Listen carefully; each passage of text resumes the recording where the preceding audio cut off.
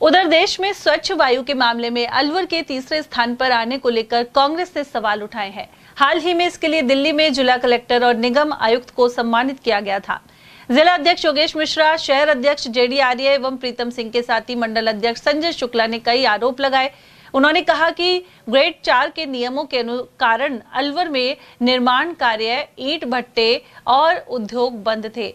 इसके अलावा क्रशर भी बंद करवाए गए थे। यहाँ वायु प्रदूषण का स्तर काफी ज्यादा था।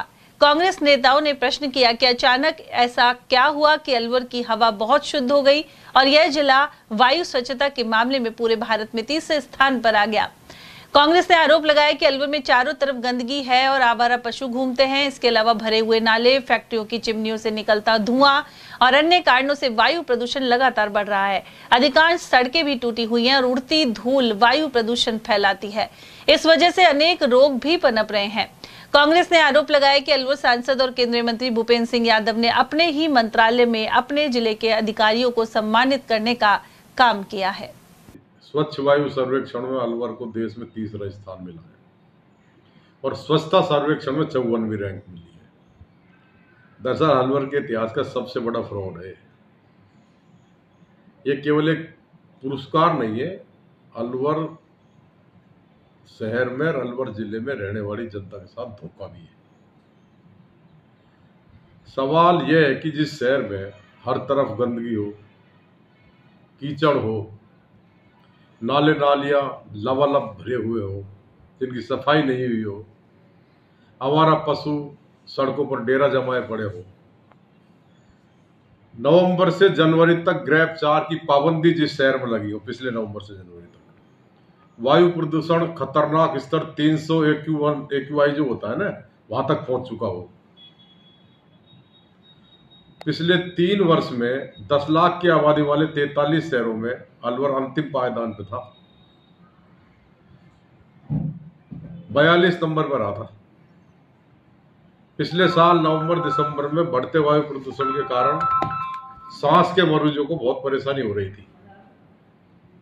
वहां आखिर ये स्वच्छता और स्वच्छ वायु का तमगा अलवर को कैसे मिल गया, ये भाई भगवान ही इसका अंदाजा लगा सकते हैं।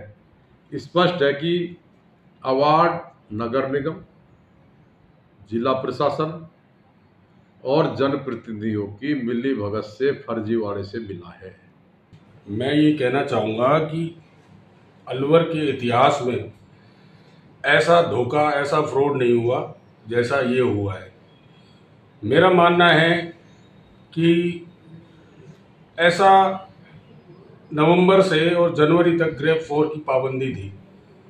ऐसा क्या कार्य विशेष हुआ जो अब अलवर देश में तीसरे नंबर पे स्वच्छता में और वायु सर्वेक्षण में फर्स्ट आया है, 3rd नंबर पे आया है। 15 मिनट 20 मिनट की बारिश में शहर में नाव चलाने की स्थिति हो जाती है। शहर के नाले गंदगियों से अटे पड़े हैं, चारों तरफ आवारा पशु हैं। आप ज्यादा नहीं दूर की बात करूंगा, हनुमान चौराहे से और अगर सामोला तक जाएंगे तो ही आपको वायु का असली परीक्षण हो जाएगा कि अलवर की वायु क्या है। तो मेरा मानना तो यह है कि अपने पद का दुरुपयोग करके प्रशासन और जनप्रतिनिधियों ने अलवर की जनता के साथ धोखा किया है। सर, पिछले कई सालों से अलवर में कचरा बहुत ज़बरदस्त है। जगह जगह हर चौराहे पे या तिराहे पर कचरे के ढेर है। नालों की सफाई नहीं है, तो गंदगी बहुत ज़्यादा है। फिर हवा कैसे शुद्ध हो गई? वही मेरा कहना है। लाखों करोड़ों रुपए का बजट अलवर में सफाई के नाम पर खर्च होता है, जबकि कथनी और करनी में बहुत फर्क है। सभी अलवर वासियों को बड़ी प्रसन्नता होती, लेकिन ये झूठा है। झूठा किस तरीके से है कि अब उस पिछली सर्दी में अलवर तीसरे नंबर पर था, दिल्ली भिवाड़ी के बाद तीसरे नंबर पर प्रदूषित था वायु में। तो इतनी जल्दी तीसरे नंबर पर कैसे शुद्धता में आ गया, ये समझ से बाहर है। ये झूठे आंकड़े प्रस्तुत करके मंत्री महोदय ने अपने दबाव में इस तरीके की वाई लूटी। सर अलवर में कई जगह ऐसी स्थिति है कि सांस नहीं ले सकते, बहुत ज़्यादा बदबू है। जैसे कि ट्रांसपोर्ट नगर के पास में, पुलिया के पास में जहाँ मांस पड़ा रहता है, कुत्ते आते हैं। इधर को MI के पास का एरिया जहाँ गैस निकलती हैं, इससे आगे 11 का क्षेत्र है, जब बांध है, जब बगड़ के तराई पे, जहाँ इतनी बदबू है, सांस लेना मुश्किल है।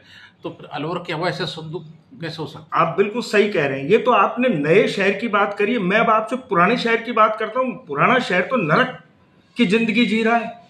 इतने गाय और कुत्ते शहर में इस तरीके से आवारा घूम रहे हैं, और उनका जो मल त्यागते हैं उससे किस तरीके की गंदगी होती है। हर चौराहे पर, हर नुक्कड़ पर इस तरीके से गंदगी का ढेर लगा रहता है। अभी आप मेरे साथ चलिए यहाँ से और होप सर्कस तक, आपको कम से कम 15 जगह कूड़ों के ढेर, पन्नियों के ढेर और गायों के गोबर, जो गाय माता को ये पूजने वाले हैं, गायों को इस तरीके से आवारा छोड़कर और गोबरों से गाय मारती हैं लोगों को, कुत्ते काट रहे हैं। अभी झूठों का तो क्या कह सकते हैं, झूठे आंकड़े कहीं भी प्रस्तुत कर दो, ये तो सब।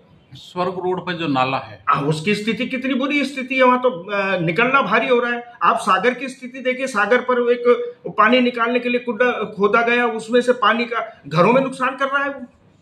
कि देश के अंदर वायु सर्वेक्षण में जो अलवर को तीसरा स्थान मिला है, अगर ये तीसरा स्थान रियल में मिलता तो हमें बहुत खुशी होती।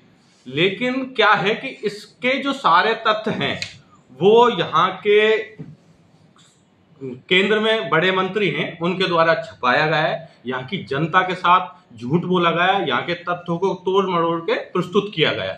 इसमें मेन बात क्या है कि जैसे कि अपन देखा जाए तो पिछली बार नवंबर से लेकर जनवरी तक ग्रेफ 4 तक की स्थिति आई थी अलवर के अंदर लगने की, जिसके तहत क्या हुआ था कि जिसके तहत सभी निर्माण कार्य रोके गए थे, सड़क निर्माण कार्य, घरों के, कमर्शियल के सारे काम रोके गए थे। उसके अंदर क्या बहुत सारी गाड़ियों के ऊपर रेस्ट्रिक्शंस लगाए थे। जब इतने सारे रेस्ट्रिक्शंस लगे उस टाइम AQI लेवल जिसको प्रमाणित किया जाता है वो लगभग 300 के समथिंग पहुंच गया था अलवर के अंदर।